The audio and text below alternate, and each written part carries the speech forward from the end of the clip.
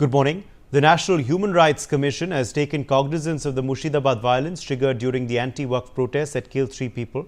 NHRC has said it would carry out on-spot inquiry into the matter and the report would be submitted in 3 weeks' time. NHRC has written a letter to the Director General of the investigation stating that the present complaint pertains to various social media news articles highlighting the alleged murder of 2 named victims due to the ongoing protests against the Waqf bill. The letter further stated that the complainant alleged no proper action was taken by the police of Murshidabad district in the matter. West Bengal police has meanwhile arrested 2 brothers, Kalu Nadar and Dildar Nadar, for their alleged role in the killing of 2 people. With these arrests, the total number of people apprehended in connection with the unrest now goes up to 221. Renik Datta is joining us for more on this story. Renik, even as the police takes more action in this case, rather belatedly, the NHRC has also stepped in now, taken cognizance of the matter.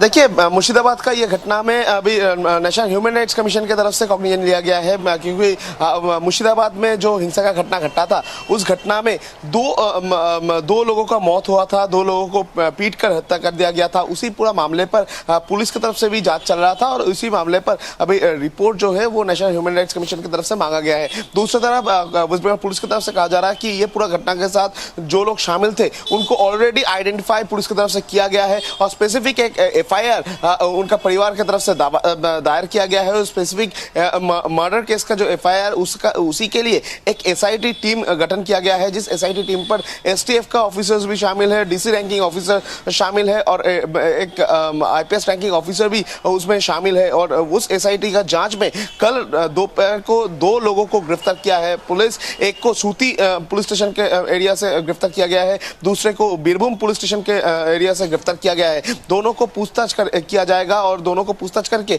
और भी जो लोग शामिल थे उनको ढूंढने का काम जो है वो पुलिस की तरफ से किया जा रहा है। और पुलिस की तरफ से ये कहा जा रहा है कि ये पूरा घटना के साथ जो लोग शामिल थे उनको जल्द से जल्द गिरफ्तार किया जाएगा और उसको जो भी कड़ी से कड़ी सजा होगा वो सजा दिया जाएगा। पूरा घटना क्या घटा था ये जानने का कोशिश पुलिस की तरफ से अभी फिलहाल किया जा रहा है। जैसे कि पुलिस की तरफ से सूत्रों के हवाले से खबर मिल रहा है कि जब ये हिंसा का घटना भड़का था उसी टाइम पर एक मॉब इन लोगों का घर में, यानी हरगोविंद दास का जो घर है उस घर में तोड़फोड़ करने का और लूटपाट करने का कोशिश कर रहे थे। उसी टाइम पर हरगोविंद दास की तरफ से उनको रोकने का कोशिश किया गया। उस टाइम पर हरगोविंद दास के ऊपर हमला किया गया। हरगोविंद दास और उनका बेटा दोनों को घर से निकलकर पीटा गया है और पीट करके घर के सामने ही हत्या कर दिया गया था। और ये पूरा घटना का जो आई विटनेसेस उनको पूछताछ के दौरान इन लोगों का नाम सामने आया है, इन लोगों का परिचय सामने आया है और उसी के मुताबिक ये दोनों को गिरफ्तार किया है पुलिस।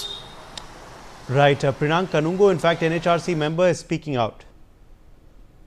हमको पश्चिम बंगाल के मुर्शिदाबाद डिस्ट्रिक्ट के बारे में ये 3 अलग अलग शिकायतें मिली कि वहाँ पे एक पिता पुत्र को एक उन्मादी भीड़ ने, जो वक्फ एक्ट में हुए संशोधन को लेकर के उन्मादी वैमनस और हिंसा फैलाने का काम कर रही थी, उन लोगों ने उन एक पिता पुत्र की हत्या कर दी और पूरे परिवार को, पूरे गांव को वैंडलाइज्ड किया है। हमें यह भी खबर मिली है कि कई सारे लोग नजदीकी राज्यों में, दूसरे जिलों में वहां से पलायन कर रहे हैं। असुरक्षा की भावना नागरिकों में अंदर तक बैठ गई है। ऐसे में आवश्यक हो जाता है कि मानवाधिकार आयोग तुरंत संज्ञान ले। इस पर शिकायत के आधार पर हमने संज्ञान लिया है। हमने निर्देश दिया है आयोग के इन्वेस्टिगेशन प्रभाग को कि एक टीम वहां डिटेल की जाए, एक टीम वहां जाए, वस्तु स्थिति देखे और उस संबंध में एक रिपोर्ट हमको सौंपे। इसके लिए हमने उनको 3 हफ्ते का टाइम दिया है। West Bengal Chief Minister Mamata Banerjee will be holding